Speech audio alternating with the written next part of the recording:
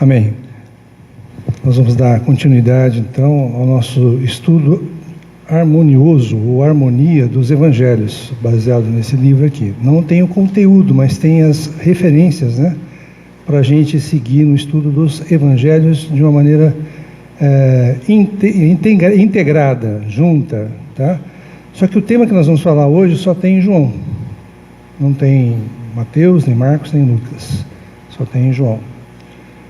Às vezes acontece isso. Às vezes acontece de ter um tema, tem nos 4 evangelhos. Às vezes acontece em 2, 1, né? E vai se basear então em João 3, de 1 a 15. Nós vamos ver daqui a pouco. Mas eu queria que vocês guardassem que nascer de novo é mudar de natureza. Se você nasce uma lagartixa, dá para ser homem. Ou aranha, dá para ser homem. Talvez no cinema, né? Dá para ser. O Homem-Aranha lá é um homem, né? Uma aranha, foi picado pela aranha lá. Mas não acontece na vida real. Na vida real, a gente pode dividir, não é uma aula de biologia não, mas eu preciso só dar um toque aqui. Existem 5 reinos de seres vivos. Tá? O reino animal se divide em vertebrados e invertebrados, sendo que os vertebrados apareceram na seguinte ordem: peixe, anfíbio, réptil, ave, mamífero. Os mamíferos foram os últimos a aparecerem. Na Bíblia, todos são criados assim com a diferença de um dia. Tá? Depois tem o reino vegetal, o reino dos fungos, o reino protista, eu não sabia esse termo, protista, algas e protozoários, né? O reino monera, que é das bactérias. Aí você pode perguntar, e os vírus? Onde é que entram os vírus? Estão em moda?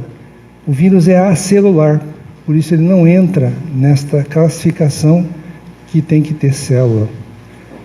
Então, se você é um vegetal, você pertence ao reino vegetal.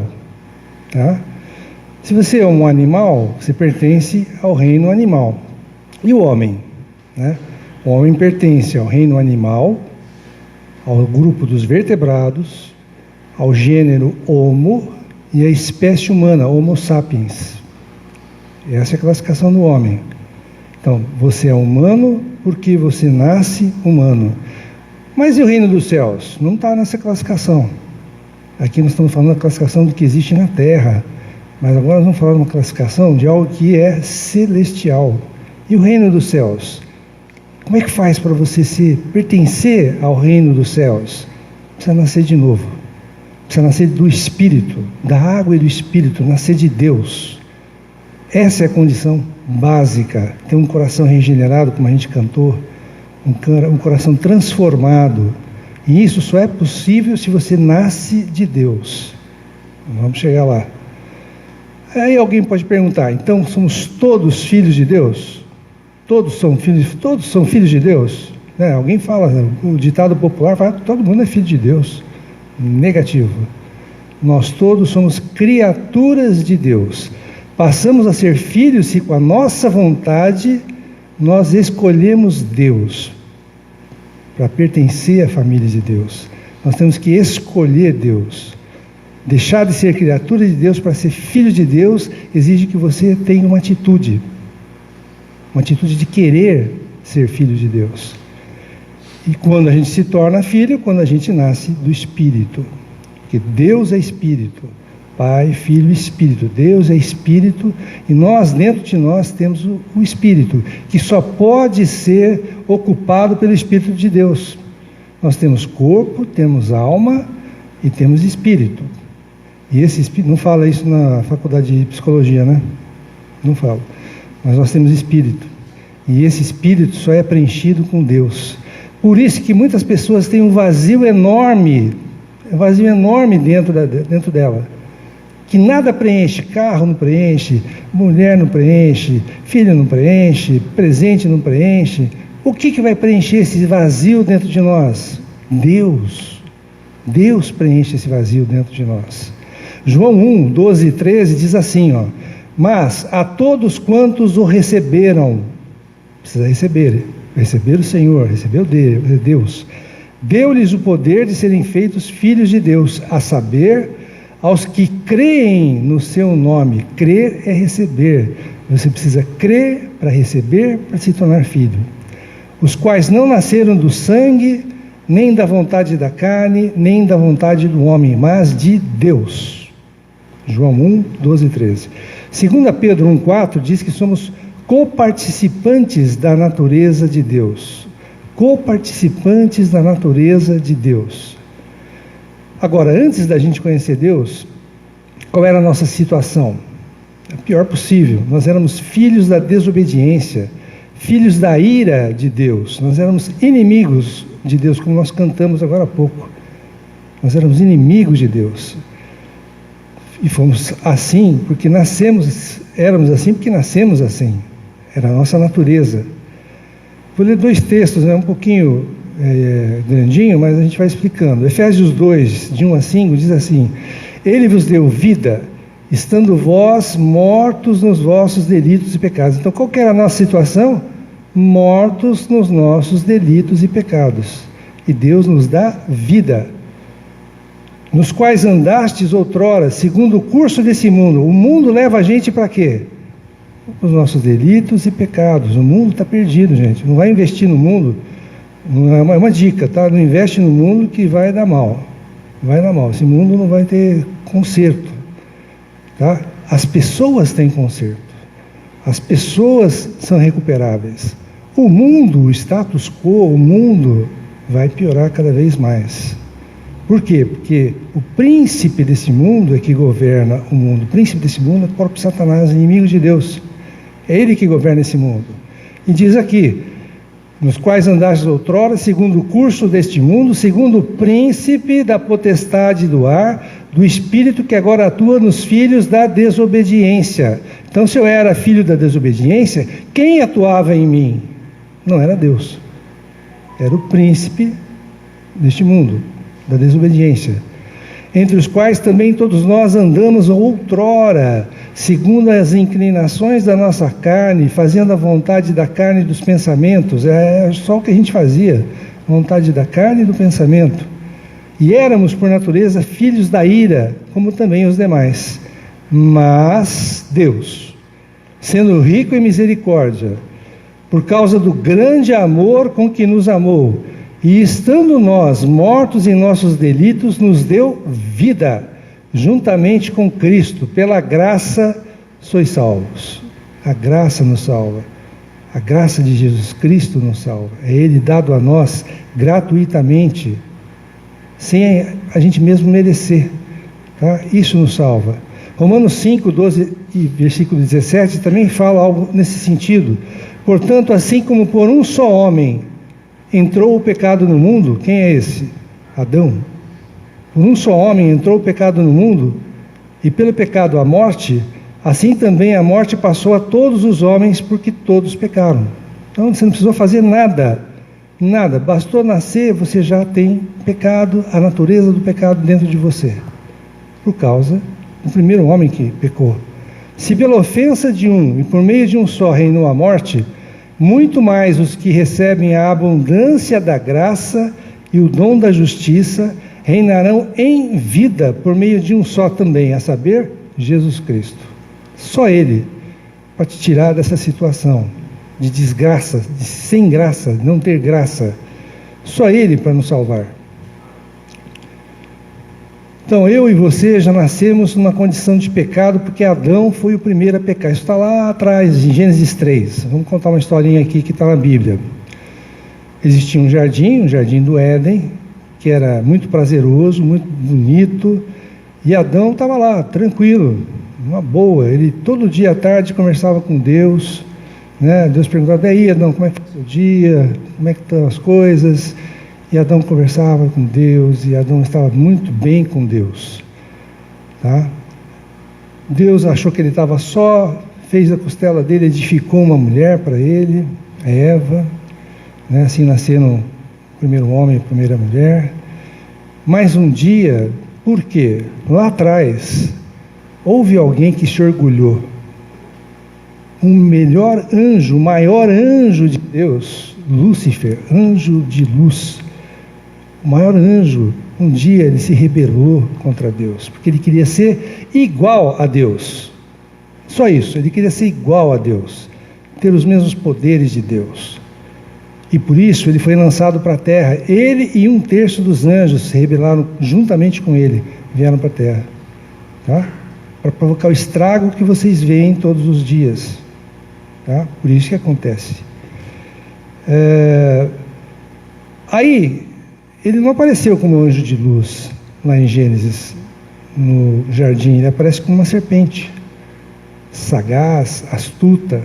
Gênesis, serpente. Apocalipse, dragão, enorme, vermelho, cheio do pó da terra. Cresceu de tanto comer pó da terra. Nós viemos de onde? Do pó da terra. De tanto comer homem. Tá? Aí essa serpente, ela seduz a Eva, seduz Adão. Por quê? Porque no jardim eles podiam comer de todos os frutos, de todas as árvores.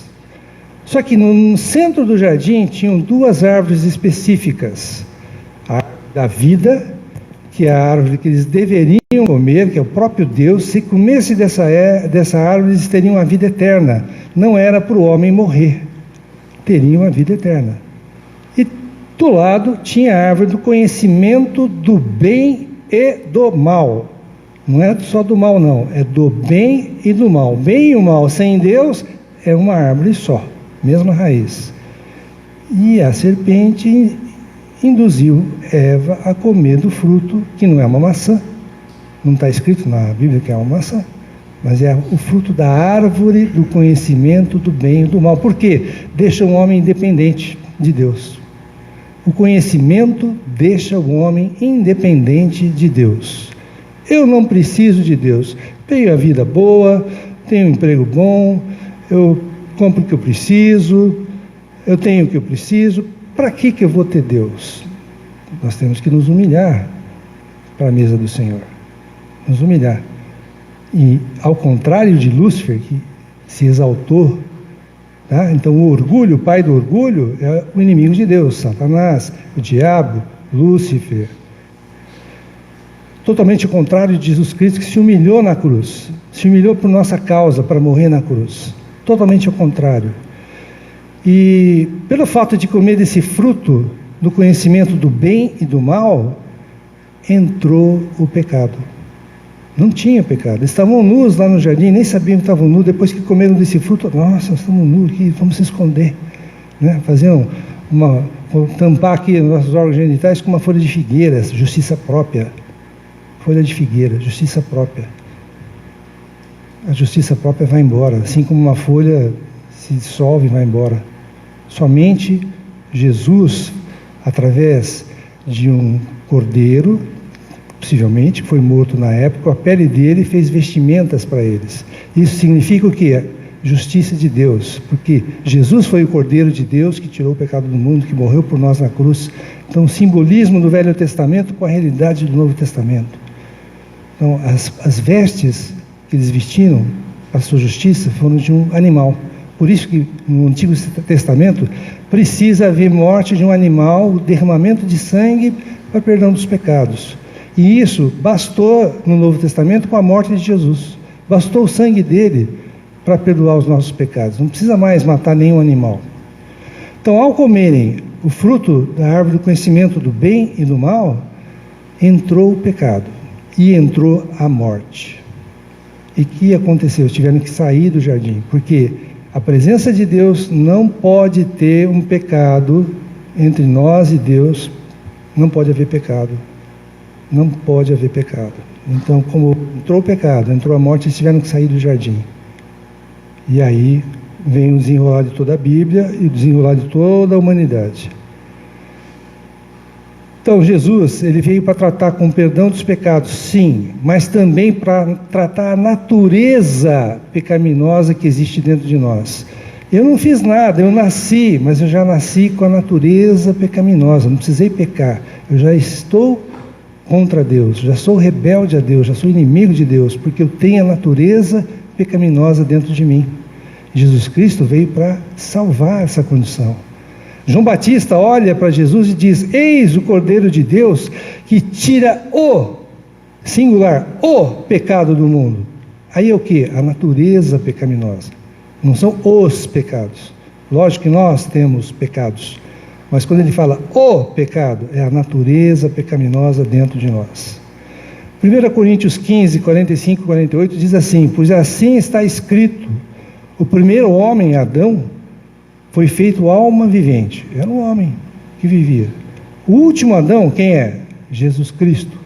Porém, é espírito vivificante, ou seja, espírito que dá vida, ou que traz a vida de Deus à existência dentro do homem. Essa é a diferença.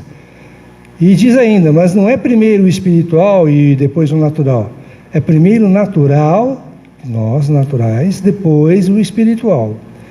O primeiro homem formado da terra é da terra, terreno. O segundo homem é do céu. Como foi o primeiro homem terreno, também são os demais homens, nós, terrenos, somos da terra. Como é o homem celestial, tais também os celestiais. Mudança de natureza. Então Jesus é o último Adão, que veio resolver o problema causado pelo primeiro Adão. Jesus veio para resolver o problema do primeiro Adão. Não adiantou o povo de Israel, não adiantou nada, eles não conseguiram resolver esse problema. Jesus Cristo sabia que precisava fazer isso, morrer na cruz por nós. Então Jesus nos propõe uma mudança de natureza. O que é nascido da carne é carne, o que é nascido do Espírito é Espírito. Então nós precisamos o quê? Nascer de novo. Nascer do Espírito, do céu, de Deus. Carlos, isso aí não é para mim não. Eu já nasci de novo. Será? Será que não é para quem já nasceu de novo? Sabe por quê? Você nasce de novo, você recebe a vida de Deus dentro de você, no seu espírito. Mas o velho homem, a velha natureza, a natureza pecaminosa continua dentro de você, porque você continua a pecar. Como é que você vai pecar se não tiver a natureza pecaminosa? Então continua, isso é um trabalho que vai durar a sua vida inteira. Salvar a sua vida da alma. Pedro fala isso. A vida inteira você vai ter que trabalhar, deixar o Espírito Santo trabalhar em você para salvar a sua vida da alma. Então nós temos a natureza de Deus e a velha natureza dentro de nós. Agora, graças ao Senhor, porque Ele pode, através do seu sangue derramado, perdoar os nossos pecados, e o Espírito Santo. Como é que apareceu o Espírito Santo? Desde lá atrás já tinha, mas Jesus, Deus é triuno, Pai, Filho e Espírito Santo. Não dá para dissociar. Eles fazem às vezes coisas diferentes, mas não dá para dissociar, é um só. Deus é único.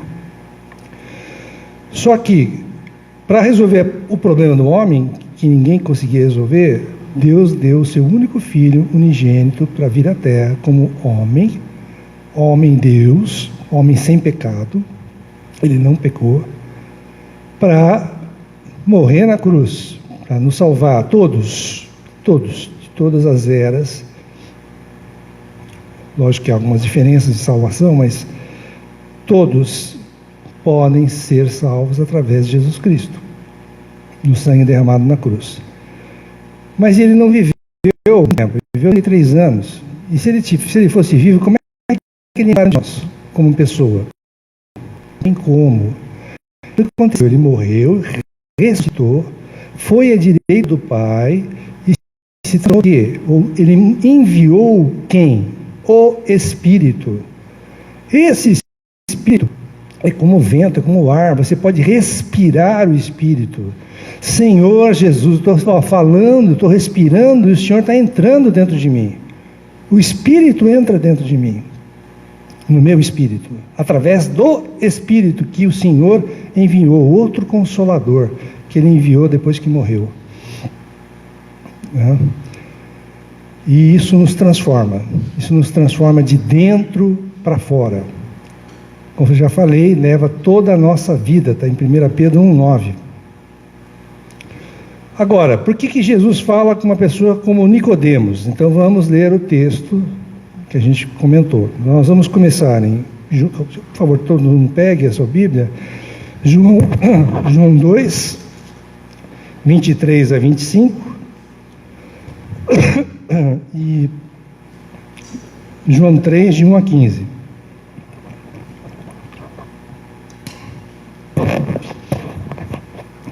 João 2, 23 a 25. Estando ele em Jerusalém, durante a festa da Páscoa, muitos, vendo os sinais que ele fazia, creram no seu nome. Vendo os sinais que ele fazia, creram. Ver é fácil, né? Você crer. Ter fé vendo alguém fazer alguma coisa é muito fácil.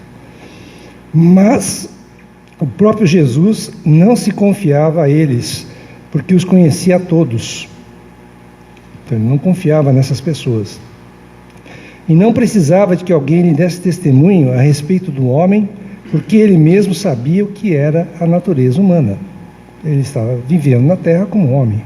Ele conhecia o que era a natureza humana. 3, de 1 a 15. Havia entre os fariseus um homem chamado Nicodemos, um dos principais dos judeus. A gente vai comentar depois esses versículos. Este, foi ter com Jesus e lhe disse: Rabi, sabemos que é mestre vindo da parte de Deus, porque ninguém pode fazer esses sinais que tu fazes se Deus não estiver com ele. A isto respondeu Jesus: em verdade te digo, que se alguém não nascer de novo, não pode ver o reino de Deus. Perguntou-lhe Nicodemos: como pode um homem nascer sendo velho? Pode, porventura, voltar ao ventre materno e nascer segunda vez? Respondeu Jesus: em verdade te digo, quem não nascer da água e do Espírito não pode entrar no reino de Deus. O que é nascido da carne é carne, o que é nascido do Espírito, com E maiúsculo, Espírito de Deus, é Espírito, Espírito com E minúsculo, Espírito humano. Não te admires de eu te dizer: importa-vos nascer de novo. O vento sopra onde quer, ouves a sua voz, mas não sabes de onde vem nem para onde vai. Assim é todo que é nascido do Espírito. Então lhe perguntou Nicodemos: como pode suceder isto? Acudiu Jesus: tu és mestre em Israel e não compreendes estas coisas? Em verdade te digo, que nós dizemos o que sabemos e testificamos o que temos visto, contudo não aceitais o nosso testemunho. Se tratando de coisas terrenas não me credes, como crereis se vos falar das celestiais? Ora, ninguém subiu ao céu, senão aquele que de lá desceu, Jesus, a saber, o Filho do Homem, que está no céu. E do modo por que Moisés levantou a serpente no deserto, assim importa que o Filho do Homem seja levantado, para que todo que nele crê tenha a vida eterna. Nós vamos comentar também isso aí.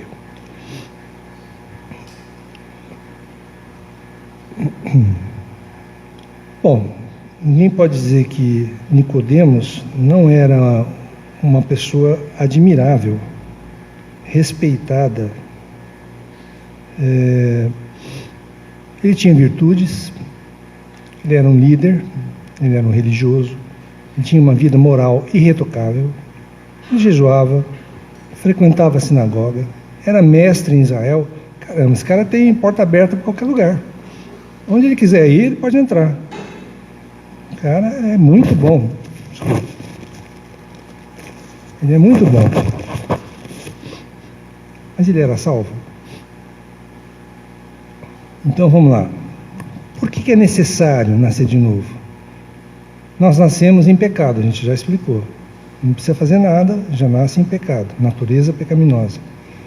Nossa carne é a nossa alma não transformada com o nosso corpo. Essa é a carne, sarkis. É inimizade contra Deus. Nosso coração é corrupto. Nós não somos bonzinhos por natureza. Você pode se esforçar, mas a hora que pisar no seu calo, você vai mostrar os seus maus desígnios. Nós somos rebeldes contra Deus. Não podemos salvar a nós mesmos. Não dá para a gente se salvar por nós mesmos. Nós precisamos de Deus. No versículo 3, diz lá: se alguém não nascer de novo, não pode ver o reino de Deus. Qual a condição para você entrar no reino de Deus? Nascer de novo. No 5, Quem não nascer da água e do Espírito não pode entrar no reino de Deus. Então, sem novo nascimento, não tem salvação, não tem vida eterna, não tem vida com Deus. No 7, importa-vos nascer de novo.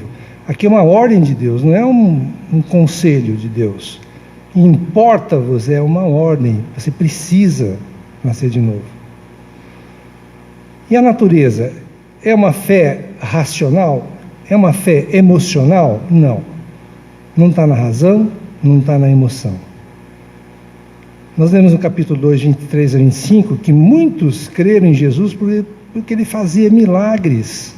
Então creram, mas esse crer não é um crer verdadeiro. Há muitos que se aproximam até hoje de Jesus porque ele faz milagres, né? Ele é bom, uma pessoa boa. Essa não é a fé suficiente para a salvação. A fé que salva é a fé do Cristo crucificado na cruz por você, por mim, que morreu no nosso lugar, era para a gente estar lá, mas Ele se sacrificou por nós, perdoou os nossos pecados, ressuscitou para nos justificar perante Deus. É a fé que toca o teu coração, é a fé que te transforma. Essa é a verdadeira fé. Você já nasceu de novo?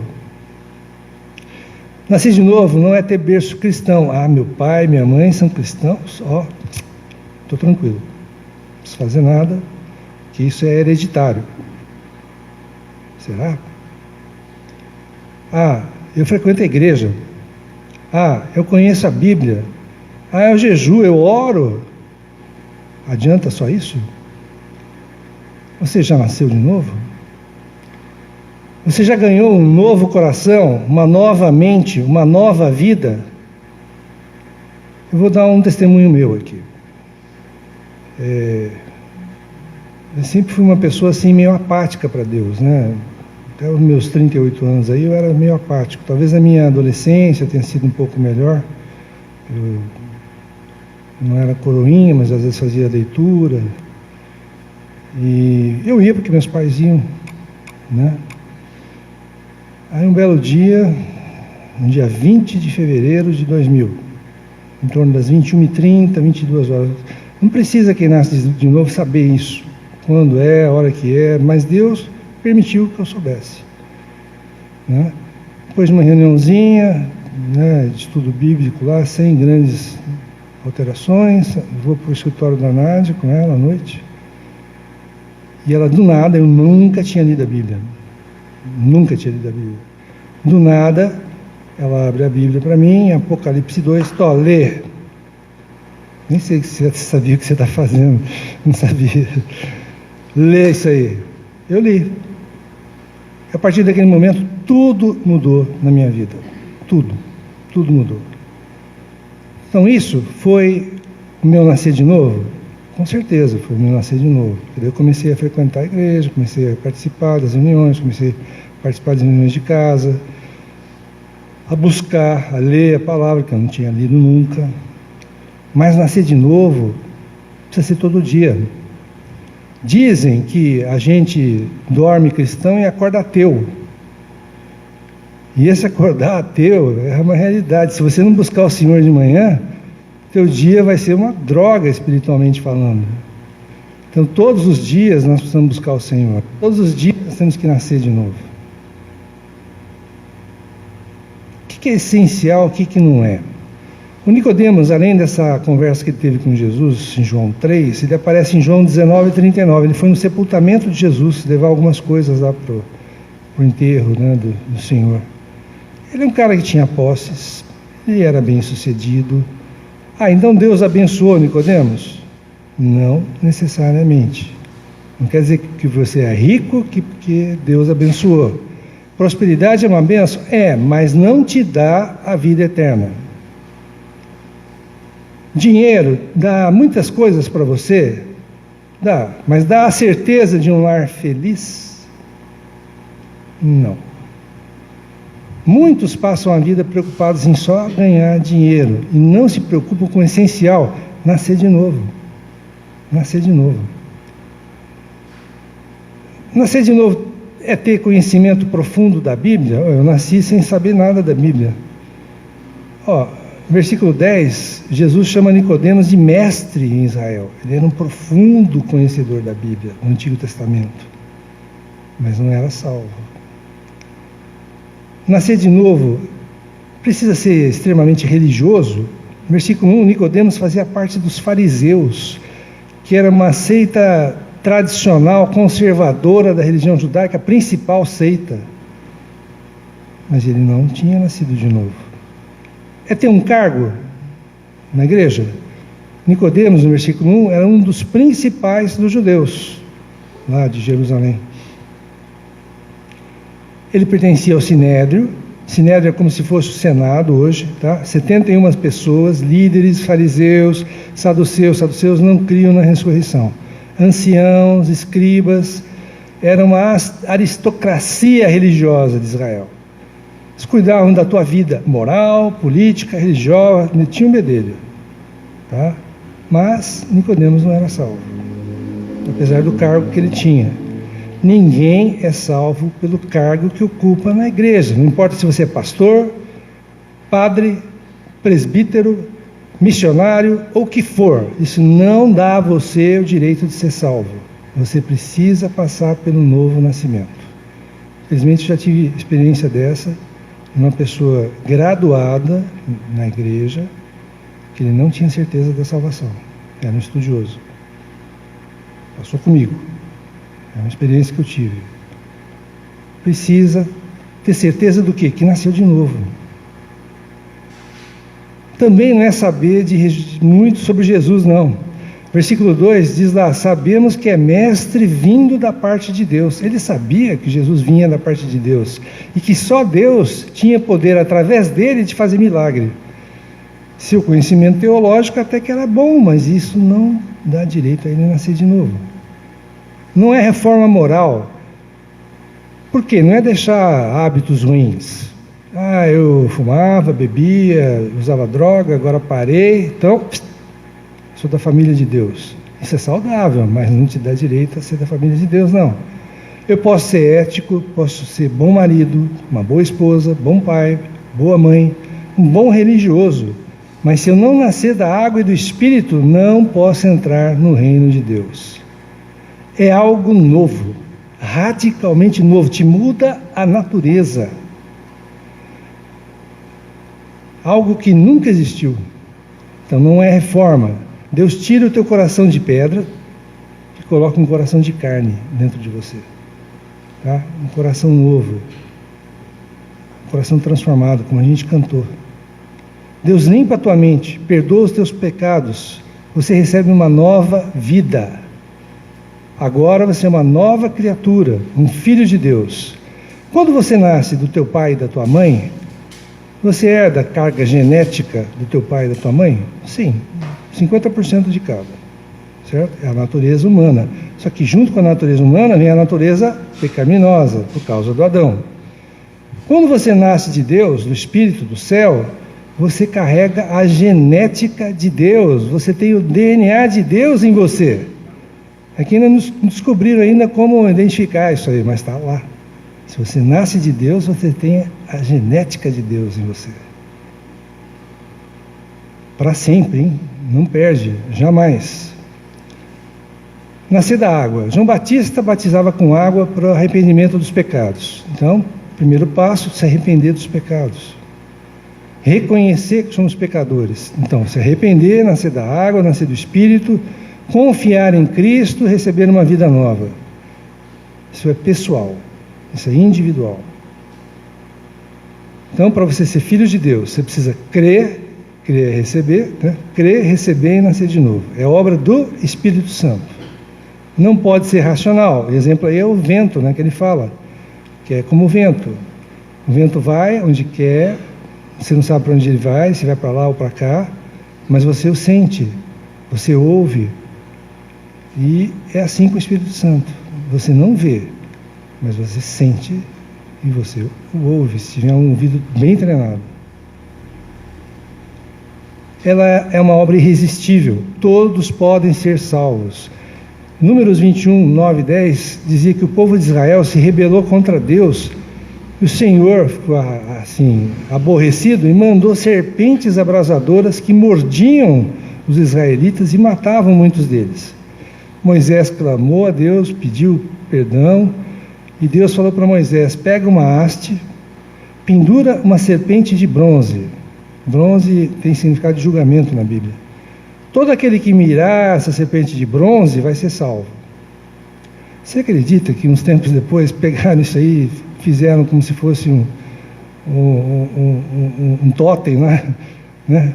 Não era para fazer isso, era aquela situação, né?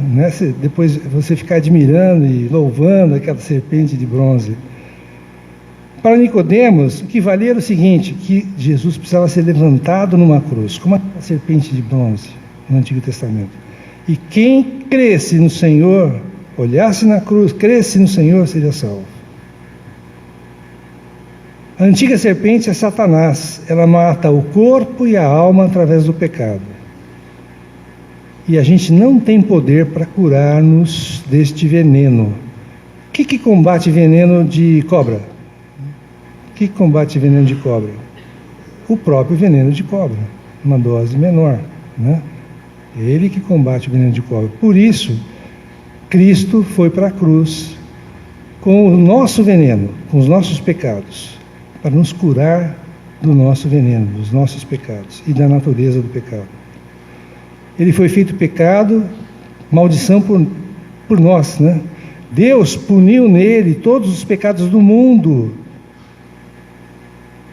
nele, na cruz. Por isso, no final, quando ele estava na cruz, o Senhor o abandona, né? Deixa ele sozinho, para ele realmente... e foi difícil, né? Ele suportou todos os pecados de toda a humanidade. Então, quando você olha para a cruz, ele é o nosso substituto. Aí você vê o Senhor sendo o teu substituto, você confia e nasce de novo. Paulo diz que os que são de Cristo crucificaram a sua carne, as suas paixões em Cristo Jesus. Mas precisamos refrear o nosso velho homem, que está vivinho. Todo dia levar o velho homem na cruz, para que o Senhor possa agir através do Espírito Santo em nós. Nós temos uma nova realidade agora em Cristo. Em Efésios, diz lá que devemos nos despir do velho homem e nos revestir do novo homem. E isso precisa ser trabalhado na minha vida, na sua vida, todos os dias pelo Espírito Santo. Romanos 7 fala de uma inclinação da carne para o pecado. Mas um dia o pecado vai ser totalmente vencido. Quem vai nos livrar? Graças a Deus, pelo Senhor Jesus Cristo e por sua obra na cruz. Hoje a gente não precisa ser mais escravo do pecado. Sabe por quê? Se você lutar sozinho contra o pecado, você vai perder sempre. Você pode resistir uma vez, 2 vezes, mas você perde. O pecado vai vencer. Porque a natureza do homem é essa, pecar. Mas hoje nós não precisamos mais ser escravos. Para isso basta a gente ter o Senhor e deixar Ele agir em nós, deixar o nosso velho homem lá na cruz. E não ser negligente. Permitir a ação do Espírito Santo todos os dias para a nossa transformação. Você já nasceu de novo? Dá uma olhadinha para o seu coração. Pergunta para o seu coração. É porque com o coração você crê. E com a boca você fala e confessa o Senhor. Romanos 10, 8, 10, 13 diz lá, a palavra, isso é muito simples, gente, é para qualquer pessoa, não precisa ser pessoa letrada, uma pessoa com muitos estudos, não, é para qualquer um. A palavra está perto de ti, na tua boca e no teu coração. Isto é a palavra da fé que pregamos. Se com a tua boca confessares Jesus como Senhor e em teu coração creres que Deus o ressuscitou dentre os mortos, serás salvo. Crer com o coração, professar com a boca, Ele é meu Senhor. Está salvo, nasceu de novo. Não é difícil, mas é preciso crer, é preciso querer. Porque com o coração se crê para a justiça e com a boca se confessa a respeito da salvação. Todo aquele que invocar o nome do Senhor será salvo. Romanos 10. Nascer de novo é fundamental, é essencial para a gente se tornar filho de Deus, para entrarmos no reino dos céus, para ganharmos a vida eterna. Sabe por quê? Se não, se você não tem o Senhor, você vive essa vida, ela acaba e daí? O que acontece? Para onde você vai? Para Deus é que não é. Se você não ganhou o Senhor, não é para Deus. Se não é para Deus, é para o inimigo de Deus. É para lá que você vai. Né? Não sei, eu não quero. Nunca quis. Não quero, não vou. E você tem que tomar essa decisão agora. Você tem que querer. Né? Você tem que querer o amor de Deus. E não o inimigo te trucidando todos os dias, fazendo mal para você, para sua família, trazendo situações ruins. Você não tem para quem recorrer. Então você precisa escolher. Eu encerrei, eu queria fazer uma oração. Gostaria que todos repetissem após mim. Se você não quiser, fique à vontade, não precisa, mas eu gostaria que todos repetissem o que eu vou falar. Senhor Jesus, Senhor, nós te agradecemos, Senhor. Te agradecemos pela tua morte redentora na cruz, para nos salvar, com o teu sangue, limpar os nossos pecados e combater a nossa natureza pecaminosa. Senhor Jesus, Senhor, eu creio em Ti. Eu creio que o Senhor morreu na cruz por mim. Eu creio na Tua libertação. Senhor, eu confesso que o Senhor é o meu Deus.